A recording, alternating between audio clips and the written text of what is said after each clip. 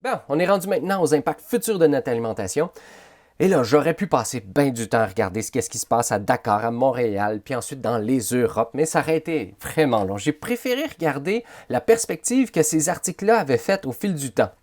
Ils ont identifié des limites planétaires, des limites à l'intérieur desquelles l'humanité ne doit pas dépasser, parce que si on les dépasse, nos civilisations risquent fortement de s'écrouler. Par exemple, s'il fallait que ça se réchauffe trop sur Terre, le changement climatique, ben l'agriculture ne pourra plus fonctionner. S'il fallait qu'on tue trop d'espèces, il y a vraiment trop d'extinction, mais mettons les abeilles, là, on en a besoin pour qu'ils puissent polliniser les arbres. Il y a tout plein d'espèces comme ça qui sont absolument essentielles pour qu'un écosystème puisse survivre. T'sais, on peut en enlever 2, 3, là, mais quand on en a trop enlevé, maintenant, ça finit par s'écrouler. Puis même les écosystèmes cessent de fonctionner. Il ne faut pas couper trop de forêts, il ne faut pas utiliser d'eau potable, il ne faut pas déverser trop d'engrais dans les sols, il ne faut pas trop acidifier les océans, puis il ne faut pas détruire toute la couche d'ozone. Fait que ça fait une série de limites qu'il faut surveiller comme ça, et notre alimentation a un impact direct sur chacune de ces limites-là. Mais évidemment que pour ce qui est de l'engrais, c'est encore plus impressionnant l'impact qu'a notre alimentation sur le déversement d'engrais dans les océans. Mais même le changement climatique, peut-être la limite planétaire qui pèse le plus sur l'avenir de l'humanité, ben, il y a un impact direct avec notre alimentation. Les auteurs de ces articles-là étaient assez ouverts à l'idée d'entrer de nouvelles limites qu'il faudrait respecter. D'ailleurs, il y en a qui sont mis à parler de limites sociales qu'il ne faudrait pas dépasser.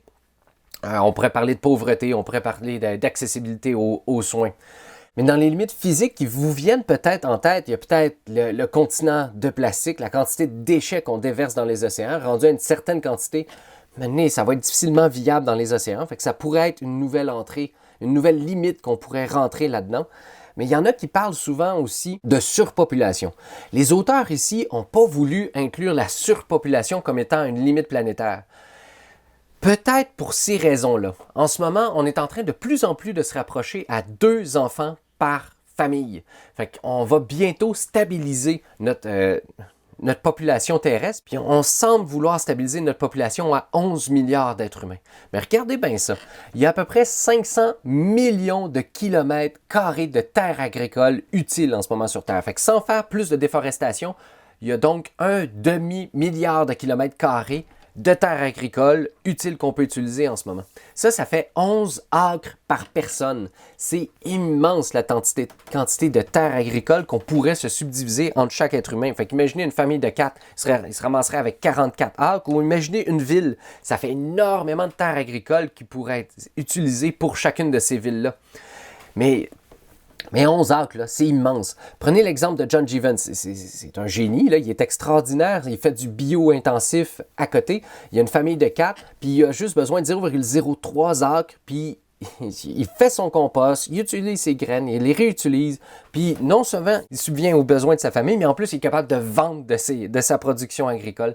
Puis lui, il utilise juste 0,03 acres pour une famille de 4. Fait que on a assez d'espace, c'est comment on l'utilise le problème. Fait que c'est peut-être pour ça que les auteurs ont décidé de ne pas mettre la surpopulation comme étant un problème. C'est plutôt notre consommation qui serait un problème ou comment on se partage les richesses. Mais plongeons un peu dans le changement climatique. On peut définir, mettons, les limites à ne pas dépasser en quantité de CO2 qu'il y a dans l'air. En ce moment, plus on met de CO2 dans l'air, plus ça fait d'effet de serre, plus les rayons de soleil restent capturés autour de la planète Terre et plus la Terre se réchauffe. Puis pourtant, la température, vous le savez, elle est hyper importante. Il faut absolument qu'elle soit stable. Tu sais, ça fait à peu près 10 000 ans que la température est super stable, mais 100 000 ans avant, la température variait énormément. Il faisait chaud, faisait froid, faisait chaud, faisait froid. On en avait déjà parlé, je pense que je ne vous avais pas montré encore le graphique. Mais c'est ça, ça fait 10 000 ans à peu près, 12 000 ans que la température est super stable. Fait que si on se met à chambouler cette température-là, ben, notre agriculture n'a pas été sélectionnée pour survivre à ça.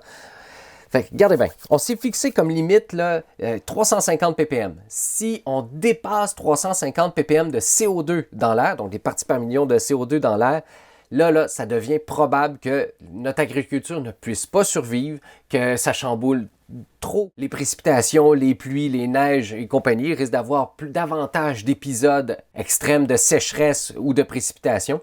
Mais au-delà de 450 ppm, là, c'est quasiment sûr que notre agriculture ne pourra pas suivre et subvenir aux besoins de nos civilisations. Or, on est rendu à 417 ppm de CO2. Quand on va taper le 450, là, si on le tape, ça ne changera pas du jour au lendemain. Ça prend du temps avant que tous les rayons du soleil s'accumulent à l'intérieur de notre effet de serre et que ça se réchauffe. Fait qu'on va avoir du temps pour s'adapter. Mais on ne sait pas à quoi on va devoir s'adapter. Ça va être assez extraordinaire. Ça va être du jamais vu, ce dans quoi on va vivre quand on va être au-delà de 450 ppm.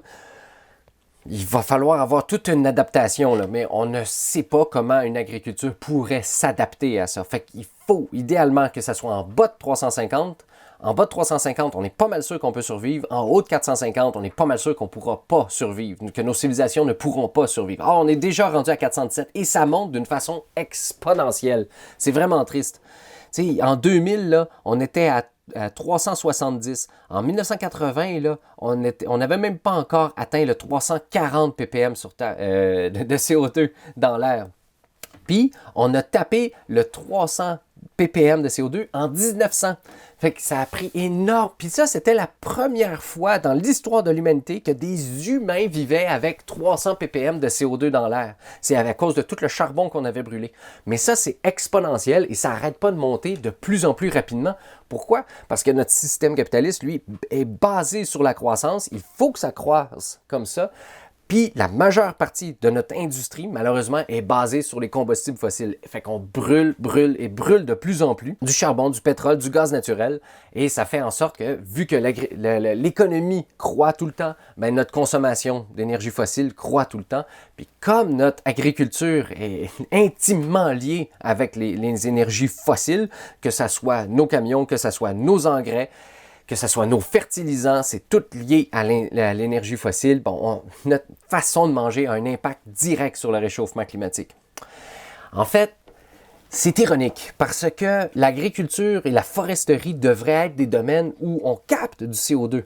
Parce que c'est pas fini, la game n'est pas finie. On pourrait développer des façons, bien on l'a fait, là, développer des façons de faire de l'agriculture pour capter du CO2. Tu sais, nos terres québécoises, là, en forêt, là, à chaque année, on accumule du CO2 dans nos terres, dans nos forêts. À cause de la photosynthèse. On peut faire la même chose avec les jardins. Il y a tout plein de jardins qui font ça. Il y a tout plein de formes d'agriculture qui font ça. Il faut le faire intelligemment. Tu fais pousser tes tomates, mettons. Tu manges la tomate, puis le reste de la tige retourne à la terre et tu stockes du CO2 comme ça. Si à chaque année, on continue à accumuler de la terre, bien ça, c'est du carbone qui n'est pas sous forme de CO2. C'est super ironique. Alors que c'est 14% de tout le CO2 qu'on envoie dans l'air qui est causé par notre élevage, pourtant notre agriculture devrait avoir un score négatif. Notre façon de manger, notre façon de produire de la nourriture devrait être une façon de capter du CO2. Et là, on pourrait diminuer la quantité de CO2 qu'il y a dans l'air. Sauf qu'on brûle à une vitesse assez faramineuse, merci. Si on dépasse les 450 ppm, la vitesse à laquelle il va falloir capter le CO2 est quasiment impossible. Là. Même avec nos meilleures usines, même avec la meilleure foresterie, même avec nos meilleurs jardinages, on ne sait pas comment qu'on va y arriver. Fait qu'il faut le plus rapidement possible cesser d'émettre du CO2 et recapter ce CO2-là. Fait que malheureusement, une bonne part de notre émission de CO2 provient de notre élevage. Ça, c'est davantage que les transports. Fait qu'en ce moment, sur Terre, là, imaginez tous les transports, là, les avions, les bateaux, les autos. Ils en émettent du CO2, mais s'il vous plaît, mettez les trains là-dedans. Bon, ben la consommation de viande émet encore plus de CO2. Fait que imaginez tous les tracteurs, imaginez, tout le méthane qui sort des vaches. Puis imaginez après ça la quantité de surface agricole que ça prend pour nourrir après ça ces vaches-là, pour produire du lait, mettons. Ben, ça en fait énormément de tracteurs. C'est plus que tous les transports. Fait que ça veut dire que ça n'inclut même pas le transport qu'on fait du lait, des fromages, de la viande. Fait que s'il parcourt 2500 km en moyenne par aliment, c'est peut-être pas le cas, ça c'est une donnée pour le Québec, mais ça en fait encore plus de CO2 juste lié à notre alimentation. Fait que manger local, manger le moins de produits animaux possible, ça fait partie des solutions absolument essentielles qu'on doit prendre si on veut que nos civilisations survivent. Hey, il y a eu une étude d'Hong Kong qui a été vraiment, vraiment super intéressante. Fait que c'est à l'université d'Hong Kong. Fait que c'est M. Yo, Thibaudot et Not. Fait que c'est assez international, la recherche, moi j'adore ça. Puis eux autres, ils se sont amusés. T'sais, imaginez, Hong Kong, c'est une immense ville, une immense métropole. Ils produisent pas du tout leur nourriture, ils l'importent. Ils sont condamnés, ils importent leur nourriture. C'est pas vrai qu'ils vont faire suffisamment de nourriture dans leur gratte-ciel, là. Fait que ce qu'ils ont fait, ils ont calculé la quantité de CO2 qui était émis dans la production de viande et de produits animaliers qui se rendaient dans leurs assiettes à eux. Puis ils ont calculé la quantité de gaz à effet de serre qu'ils n'émettraient pas si à la place d'acheter, je sais pas moi, du bœuf d'Australie, ils importaient des fruits et légumes ou des céréales de telle autre place proche de chez eux.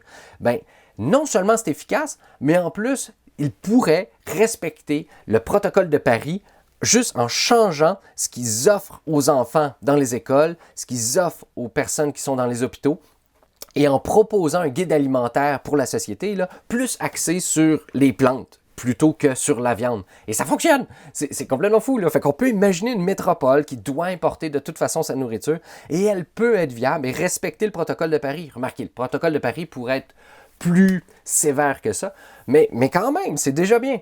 Ils seraient capables de respecter le protocole de Paris, d'émettre énormément moins de CO2 juste en mangeant et en encourageant les gens à manger moins de viande. Fait que ça fonctionne. Ça vous donne une idée à quel point l'alimentation a un immense impact sur la quantité de gaz à effet de serre qu'on émet et sur la survie de nos civilisations.